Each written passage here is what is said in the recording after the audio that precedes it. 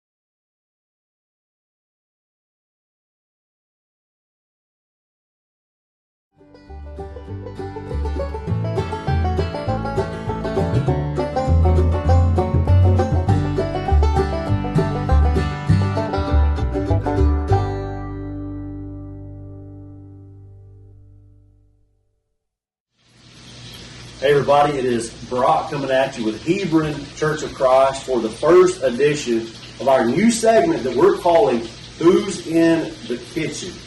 And today we have Miss Peggy Roberts with us, and we're in her kitchen. And Peggy, we appreciate you being willing to teach everyone how to make homemade biscuits. Well, you're welcome and welcome to our home. Now, I want to start by asking this. How does a person best eat one of Peggy Roberts' homemade biscuits?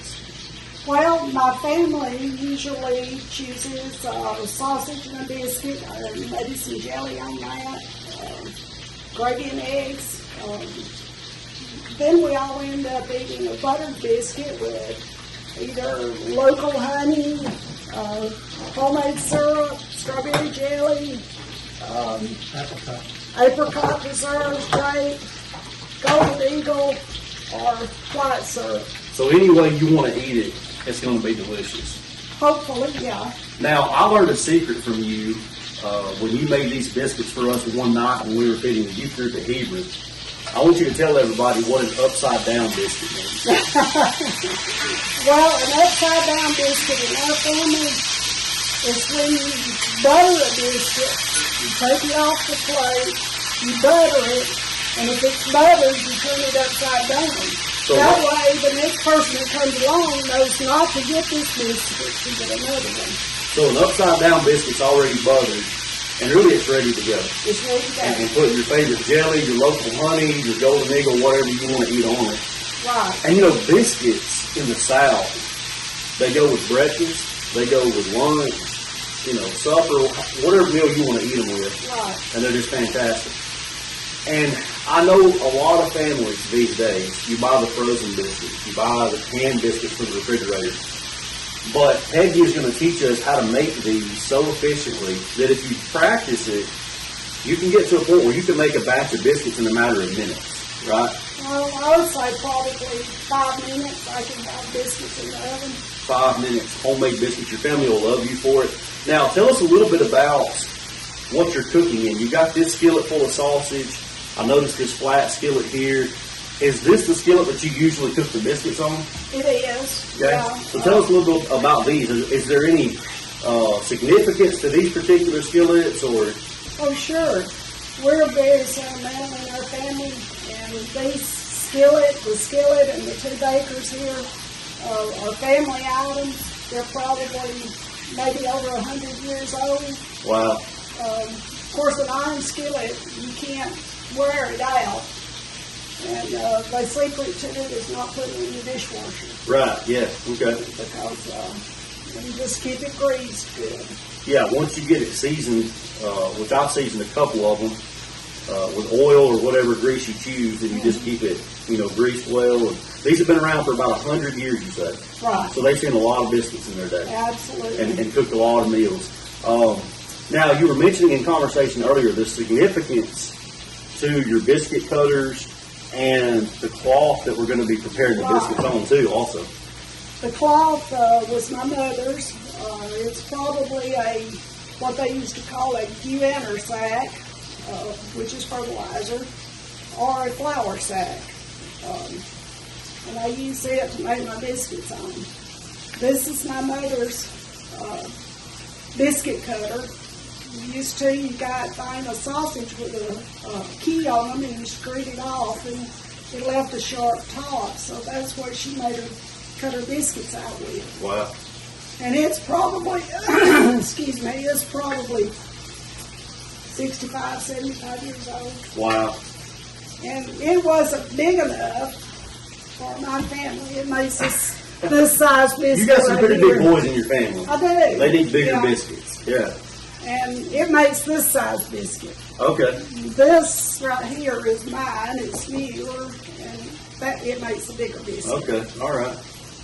So there is so much sentiment and time and history and love that just resonates from these skillets.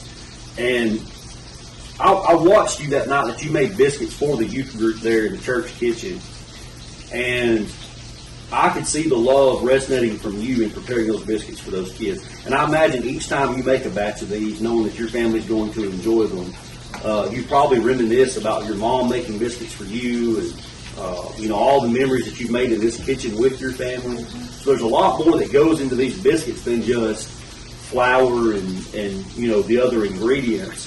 But we're grateful that Peggy's going to teach us in this segment the ingredients that do go into these biscuits. So, Peggy, I'm going to let you go ahead and start making another batch, throwing it together, and kind of just telling us as you go what's going in there, maybe how much. Now, if you're like my grandmother, you may say things like put a pinch of this and a dab of that. and we're perfectly okay with that. We'll figure out what a pinch in the half is. Well, today I did measure out everything. Usually I measure nothing. Okay. It's just. But for the sake of us laymen, as we're learning, you've measured it out to help us learn how to do this. Okay, yes. we appreciate that. So I'll let you go ahead and get to it. Okay. Just kind of tell us what you're doing as you go. Well, first of all, I use white lily flour, and I sift my flour. So white lily is just all-purpose flour? It's self-rising. Self-rising white lily flour, okay. Now, why do you like white lily so much? It just gives me a good biscuit. It's just your favorite flour? Okay. I just sift it until I get a bowl full of flour. Okay. And would you call this like a medium-sized bowl? Yes. Okay. Yes, when my whole family's here, You have to use a larger bowl? I use one about this tall, and I have to stir it because I can't do it all with my hands. I got you. But you have to shake the flour down, then you make your little hole. And the flour's just kind of level with the top of this bowl right here, y'all. Okay, so you made a kind of deep pocket there to receive the other ingredients. Then you take your little shortening, grease your bottom of your pan with it. And like I said, today I measured. I have a 1 1/4 cup of buttermilk. Okay, so 1 1/4 cups of buttermilk. I always use buttermilk Okay. because that's what my mother used, I reckon. Buttermilk biscuits, that's kind of a southern thing, I think. And then I use 2/3 cup of shortening. 2/3 cup of shortening. Now, are biscuits your favorite thing to make in the kitchen? What is your favorite dish to make in the kitchen? Biscuits. Biscuits, really? Okay. I've been making biscuits probably since I was 10 years old. Oh, wow. And if you're going to learn to make biscuits, don't give up on the first few batches you make. It takes a little practice. So don't get frustrated if you make a batch and they don't cook up just right. They'll probably still taste okay, though. Yeah. So you can still eat them. If they're absolutely where you can eat them, you can do like Norman's Aunt Martha Crawford did, just take them out and bury them in the garden. Okay, I got you. And start over. Yeah. And just do it until you get it right. Yeah. Okay. So we're on the way to having biscuits right here already. You're just kind of kneading this and massaging this, and there's a dough forming. I guess the milk and the shortening are drawing up the flour. It is. And it's just kind of forming as you knead it. And really the secret to making a biscuit is how thick you make your dough. And Okay. of course, after you've made them, as long as I have, you can tell by the feel. So I was going to ask you that. You know just by how it feels when it's thick enough and dense enough. Okay. When to turn it out. And So if you were to compare it to something, like if you're whipping egg whites, they say whip it till you have stiff peaks. If you were to compare it to something, what do you want? Do you want it to feel like Play-Doh? I mean, what do you want it to feel like to know that it's ready to go? Well, I just want it to look like this right here. Okay. See All right. how it kind of like, So it does kind of separate, but it's kind of elastic. It kind of holds to itself, but it does separate with a little pull. Okay. Right. And then you're just going to put your little flour out on your cloth and turn it out. And that's just going to keep it from sticking to the your cloth. Okay. Of course, you got to clean fingers off. Because you don't want to leave that behind. 'Cause there's almost a whole biscuit there in your hands.